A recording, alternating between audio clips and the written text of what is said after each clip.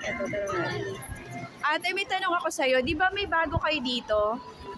Oo, I have 33 tokens already eh. Nililinaw ko kasi di ba pag may dala ka ng token, i-approach lang yung kagaya nyo tapos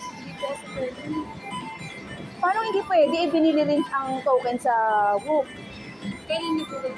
Paano hindi pwede? Eh kaya ako nga yung binili dahil granted yung na-interview ko last time is dadalin lang based from dun sa occasion.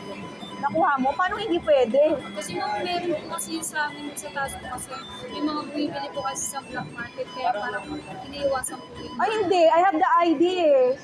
I'm patronizing Worlds of Fun. Kaya lang kino-confirm ko sa'yo kasi nilinaw ko na kapag bumili na ako ahead, kasi yung occasion is hindi pa eh. Nakuha mo? Baka mapahiya na naman ako, kaya sinigurado ko. Kaya po i-ask ko na lang. Paano black market?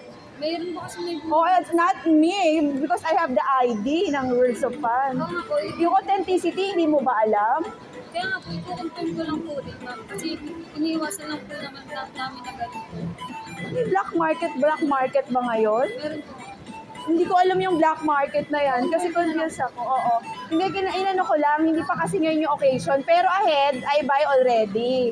Kasi yun din naman yon dun sa cashier nyo. Kilala ko yung cashier nyo, yung singkit eh. Diba? Na maliit.